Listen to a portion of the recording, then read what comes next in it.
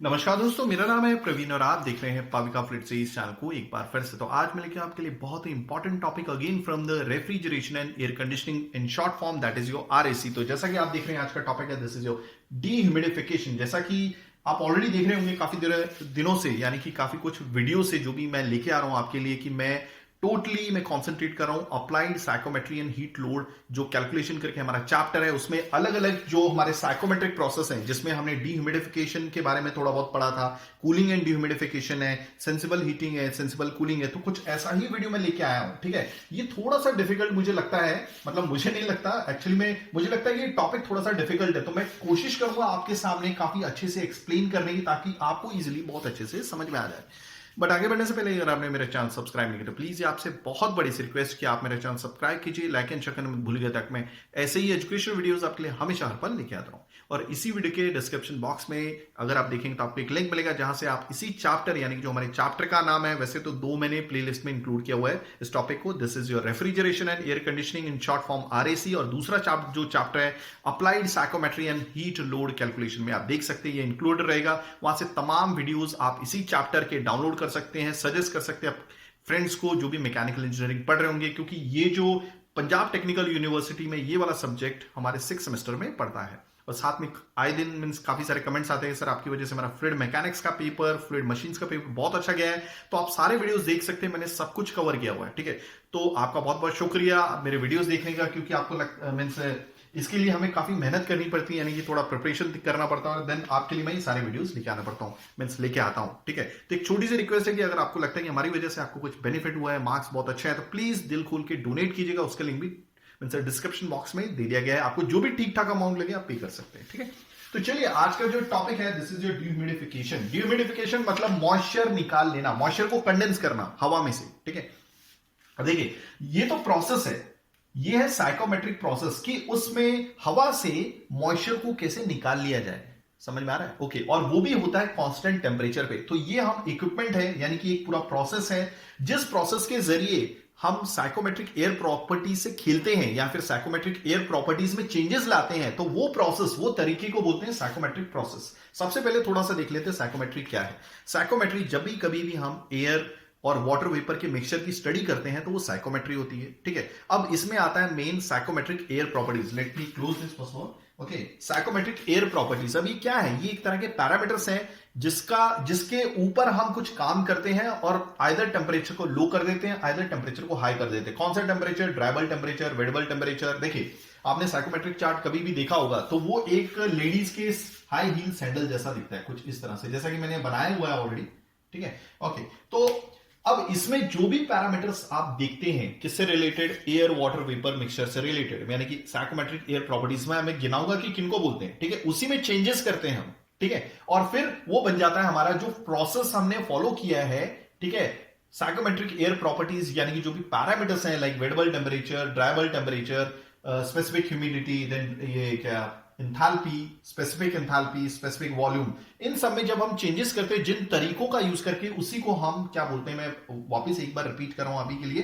ठीक है, उन्हीं को बोलते हैं साइकोमेट्रिक प्रोसेस। हो गया क्लियर? तो अभी हम देख लेते हैं कि आपने ये इस तरह का sandal, high heel sandal ladies का देखा होगा, और यही होता है हमारा साइकोमेट्रिक चार्ट, और ये डिफाइन किया हुआ है 1 एटमॉस्फेयर प्रेशर पे। ठीक है, अब जैसा कि मैं आपसे बात कर ही रहा था कि वो पैरामीटर्स कौन से हैं जिसमें हम चेंजेस लेके आते हैं। ठीक है, एक प्रोसेस के जरिए, जैसे स्पेसिफिक ह्यूमिडिटी यहां पे लिखा हुआ है, और अच्छे से लिखूंगा तो कुछ ऐसे लिखा था काफी बुकों में, केजी मॉइस्चर पर केजी ड्राई एयर, यानी कि 1 केजी ड्राई एयर में कितना केजी मॉइस्चर है। या कई बुकों में आपको ग्राम में दिया जाएगा, इतना ग्राम मॉइस्चर, यानी कि water vapour 1 KG dry air में। हो गया, ये वाई एक्सेस पे होता है। ओके, दूसरी चीज आप देखेंगे ड्राइबल टेम्परेचर, यानी कि ड्राइबल टेम्परेचर सिंपली एक थर्मोमीटर से आप मेजर कर सकते हैं। बाहर खड़े हो जाइए, सिंपली जो भी थर्मोमीटर बताएगा आपको रीडिंग, जो भी टेम्परेचर की रीडिंग। ठीक है, बट एयर फ्लो होनी चाहिए। ठीक है, उसके आजू बाजू आप कमरे की मत देखिए, कमरे के अंदर बैठ के यानी कि टेम्परेचर मत मेजर कीजिए, आप बाहर जाइए, जो भी टेम्परेचर होगा वो मेजर कीजिए। तो that is your dry bulb temperature.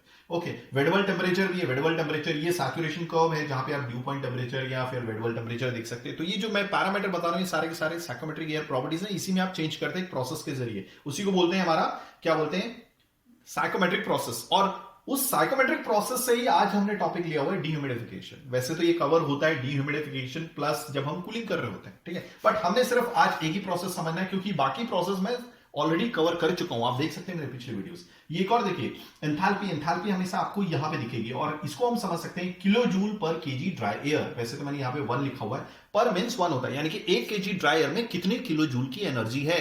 ठीक है, ये देख सकते हैं स्पेसिफिक वॉल्यूम है। फिर आपको ये जो ब्लू कलर की लाइन है, ब्लू नहीं सॉरी ग्रीन कलर की जो लाइनें दिख रही हैं, ठीक है, वो है रिलेटिव ह्यूमिडिटी। रिलेटिव ह्यूमिडिटी आपको बताती है एक्चुअली में पार्शियल प्रेशर और आपस में पार्शियल प्रेशर और वेपर प्रेशर के बीच का रिलेशन। ठीक है, जैसे जैसे हवा में क्वांटिटी बढ़ती है किसकी, वाटर वेपर की, तो उसके द्वारा जो एक्सर्ट किया गया प्रेशर है, क्योंकि ये मिक्सचर में प्रेजेंट है, तो जो एक्सर्ट करेगा प्रेशर, ठीक है, वाटर वेपर के द्वारा, वो पार्शियल प्रेशर कहलाएगा। और जैसे जैसे पार्शियल प्रेशर उठता जाता है एक पर्टिकुलर टेम्परेचर पे, ठीक है, तो कहने का मतलब है मॉइस्चर कंटेंट बढ़ रहा है हवा में, तो वो पार्शियल प्रेशर हमेशा वेपर प्रेशर के नजदीक आने की कोशिश करता है। ठीक है, तो अब आप देख रहे हैं जो ब्लू कलर की लाइन, ग्रीन कलर की लाइन है सॉरी, ये रिलेटिव ह्यूमिडिटी 80% है, 5.1 से हम डिनोट कर रहे हैं। दूसरी लाइन जो है 5.2 है। ओके, अब एक चीज आप हमेशा ध्यान रखिए कि जब भी आप साइकोमेट्रिक चार्ट को फॉलो करते हैं, समझते हैं, तो आपको एटलीस्ट 2 पैरामीटर मालूम होने चाहिए, ये जो मैंने आपको गिनाए हैं अभी तक। जैसे अगर हमें मालूम है, ठीक है, dry bulb temperature, wait bulb temperature, तो आप सारे बाकी पैरामीटर्स फाइंड आउट कर सकते हैं। Let me check everything is working fine. ठीक है, ओके, तो आप सारे पैरामीटर्स फाइंड आउट कर सकते हैं, like specific humidity, then your relative humidity, then enthalpy, specific volume, dry bulb means wet bulb temperature, क्या बोलते हैं, और दूसरा ड्यू पॉइंट टेम्परेचर। ठीक है, हो गया ये क्लियर। ओके, तो मान लेते हैं कि हमें 2 कोई भी पॉइंट मालूम है, ठीक है, ड्राई बल्ब टेम्परेचर और एक रिलेटिव ह्यूमिडिटी ले लेते हैं। ठीक है, तो पॉइंट 1 को मैं यहां पे डिनोट कर देता हूं, पॉइंट 1 ये है। ठीक है, अब पॉइंट 1 क्या बोलता है कि हमें उसकी रिलेटिव ह्यूमिडिटी 80% मालूम है और वो हम मेजर कर रहे हैं। मान लीजिए ये जो ड्राई बल्ब टेम्परेचर है पॉइंट 1, हम उसे डिनोट कर लेते हैं, वो है 40 डिग्री सेल्सियस। कोई कंफ्यूजन नहीं होनी चाहिए। ठीक है, ओके, तो अगर हमें 40 degree Celsius dry bulb temperature पहले से मालूम है और 80% रिलेटिव ह्यूमिडिटी पहले से मालूम है, तो देखिए फॉलो कैसे करना है, आपको ये पैरामीटर मालूम है, तो यहां पे 40, हाँ एक चीज बतानी रह गई कि जो एक्स एक्सिस पे ड्राई बल्ब टेम्परेचर होता है, अब आपको 40 डिग्री सेल्सियस मालूम है। ठीक है, तो आप क्या कीजिए, एक वर्टिकल लाइन ड्रॉ कीजिए यहां पर और रिलेटिव ह्यूमिडिटी को फॉलो कीजिए, जहां पे ये दोनों इंटरसेक्ट करेंगे, where both of them are getting intersected. ठीक है, तो आपस में जहां पे ये दोनों इंटरसेक्ट कर रहे हैं, वहां पे आप इसे डॉट कर लीजिए और वहां पर आप पता लगा लीजिए कि भाई कितना ग्राम मॉइस्चर है हवा में 1 केजी ड्राई में, अगर आप राइट हैंड साइड पे हॉरिजॉन्टल लाइन ड्रॉ करते हैं। और वहीं पर अगर आप ये डॉटेड लाइन जो ब्लू कलर की देख रहे हैं उसको फॉलो करते हैं, क्योंकि ऑलरेडी लाइंस दी होंगी एंथैल्पी की, तो वहां पर आप एंथैल्पी देख सकते हैं, यानी कि उसी 1 केजी ड्रायर में कितने किलो जूल की एनर्जी है। अभी जो एंथैल्पी होती है ये टोटल हीट होती है, जिसमें सेंसिबल हीट और लैटेंट हीट दोनों शामिल होती है। ठीक है, हो गया क्लियर। ओके, तो मैंने मान लिया कि ये W2 है। ओके, तो मान लीजिए इसमें 30 केजी, वैसे तो देखिए 30 केजी 1 केजी ड्रायर में नहीं होता, बट मैं एग्जांपल ले लेता हूं, एक काम करता हूं, वैसे मैं 30 ग्राम लिखता हूं। ठीक है, बट समझने के लिए हम आगे देखेंगे। मान लीजिए कि इस हवा में कितना ग्राम मॉइस्चर है, 30 ग्राम मॉइस्चर है, ये मैं यहां पर लाइन लगा देता हूं। ठीक है, 30 ग्राम मॉइस्चर है 1 केजी ड्राई एयर में। क्लियर हो गया? ओके, आई होप आपको चीजें समझ में आ गई होंगी। ओके, तो अब हमें क्या करना है, अब हमें हवा को ठंडी करना है। अब हम हवा को ठंडी कैसे करेंगे, हमने एक यहां पे टैंक लिया हुआ है, हम क्या कर रहे हैं, हवा यहां से कितने पे एंटर हुई थी, दैट इज 40 डिग्री सेल्सियस पे। ये है हमारा वही पॉइंट 1, 40 डिग्री सेल्सियस टेम्परेचर पे, और रिलेटिव ह्यूमिडिटी किसकी है, कितनी है इसकी, 80% रिलेटिव ह्यूमिडिटी है। हो गया क्लियर। ओके, तो अब हम क्या कर रहे हैं, हम हवा पास कर रहे हैं, यहां पर कुछ डायरेक्शन देने के लिए यहां पे एलिमिनेटर प्लेट्स लगी हुई हैं। ठीक है, ओके, हवा को खींचा जा रहा है, इस गर्म हवा को। ओके, ठीक है, तो अब हम क्या करेंगे, टैंक से पास करेंगे। अब टैंक में कैसा अरेंजमेंट है कि आप देख रहे हैं कि एक टैंक है, नीचे पानी है, अब पानी थोड़ा सा गर्म है, पानी के नीचे पंप लगा हुआ है, पंप क्या करेगा, इसको सक करेगा, खींचेगा। ओके, जैसे जैसे पानी खत्म होगा तो कुछ थोड़ा बहुत पानी का लॉस भी होगा। ठीक है, तो यहां पर एक्स्ट्रा वाटर देने के लिए बनाया हुआ है यहां पे मेकअप वाटर। ओके, आगे देखते हैं, पंप है तो पंप खींचेगा। ओके, हाई प्रेशर से पाइप के जरिए ये फ्लूइड ऊपर जाएगा, बट यहां पर एक कूलिंग कॉइल लगाई हुई है हमने। कूलिंग कॉइल क्यों, क्योंकि पानी पीछे से गर्म है और इसे ठंडा करने के लिए। क्लियर हो गया। ओके, तो हमें क्या करना है एक्चुअली में, ठंडा पानी इस पाइप के जरिए बहाना है, जो आप ग्रीन कलर से देख रहे हैं, पूरा पानी ये जाता है ऊपर ऊपर ऊपर, और एक डिस्ट्रीब्यूटर चैनल लगा हुआ है जिसके जरिए स्प्रे के जरिए, ड्रॉपलेट्स के जरिए आपका जो लिक्विड है वो नीचे की तरफ आएगा, यानी कि स्प्रे नोजल्स आप देख रहे हैं। ठीक है, तो आपस में इस एयर का और इस लिक्विड का, यानी कि पानी का, आपस में बहुत अच्छे से कांटेक्ट होता है, आपस में इक्विलिब्रियम में आ जाते हैं। ठीक है, इस दौरान क्या होता है, हम एक्चुअली हवा को कूल कर रहे हैं। ठीक है, अभी देखिए आप क्यों, ठंडा पानी है, तो जैसे ये ठंडा पानी आप इस गर्म हवा के कांटेक्ट में आता है तो क्या होता है, कंडेंसेशन टेक प्लेस होना स्टार्ट हो जाता है, यानी कि कंडेंसेशन स्टार्ट हो जाता है। कंडेंसेशन आपने देखा होगा कि देखिए हवा आ रही है, ठीक है, आपने क्या किया, एक ग्लास लिया, इसके अंदर आइस भर दी, ठीक है, तो हवा में अगर कोई भी मॉइस्चर होगा, क्योंकि बाहर की सरफेस इतनी ठंडी होगी कि जैसे ये हवा इसके साथ टकराएगी तो बाहर ड्रॉपलेट्स पानी के फॉर्म होना स्टार्ट हो जाएंगे, यानी कि हम क्या कर रहे हैं, कंडेंसेशन कर रहे हैं। कंडेंसेशन मतलब डीह्यूमिडिफिकेशन, हवा से पानी को खींच रहे हैं, और उस दौरान जब हवा से पानी को निकाल रहे हैं तो एनर्जी रिलीज होती है, और वो होती है लैटेंट हीट, और लैटेंट हीट दे दी जाती है वेपर द्वारा, और स्टेट चेंज हो जाता है। क्लियर हो गया? ओके।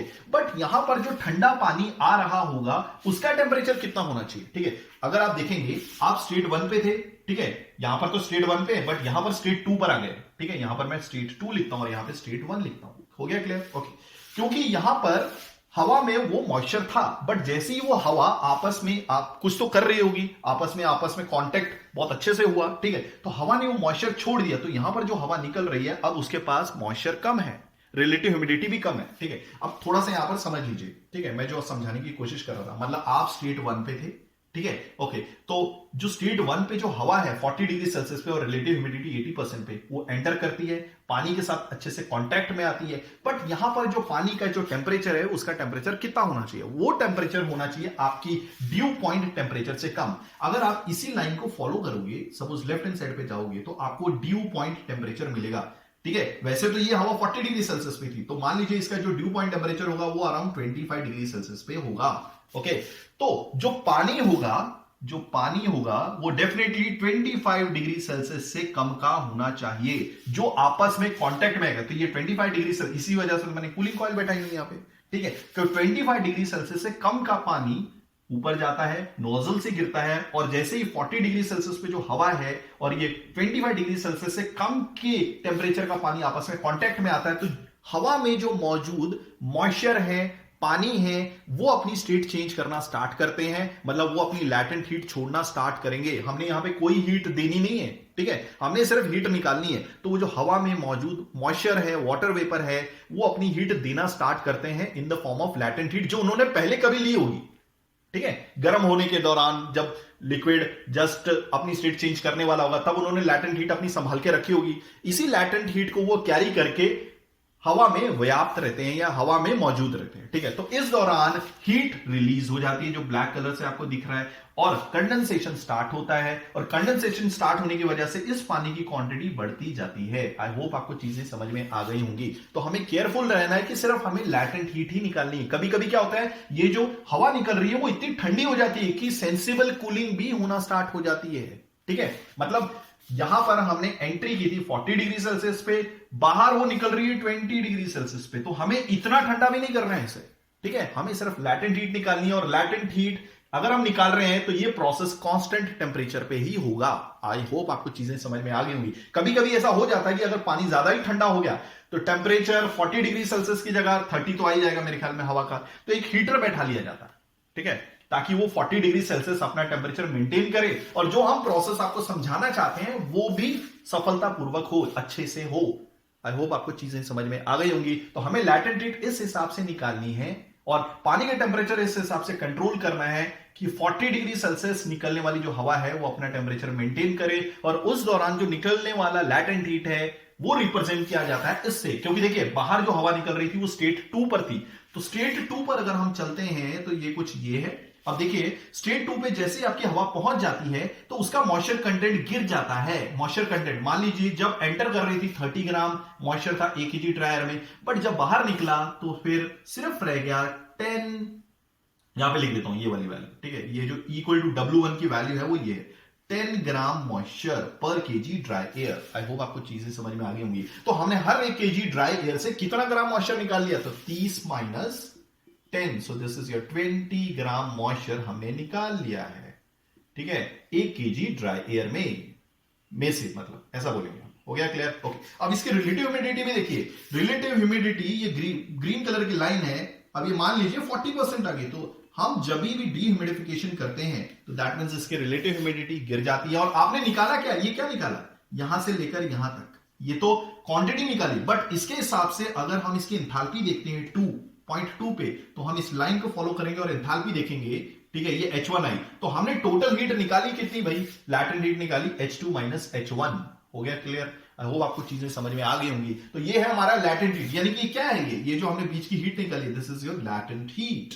आई होप आपको चीजें बहुत अच्छे से समझ में आई होंगी। मैंने काफी कोशिश की आपको अच्छे से कॉन्सेप्ट रखने के लिए। ओके, चलिए अब देखते हैं कि भाई कितने किलो। देखिए मैंने तो बता दिया कि latent heat H2 minus H1 ही होगी, ठीक है।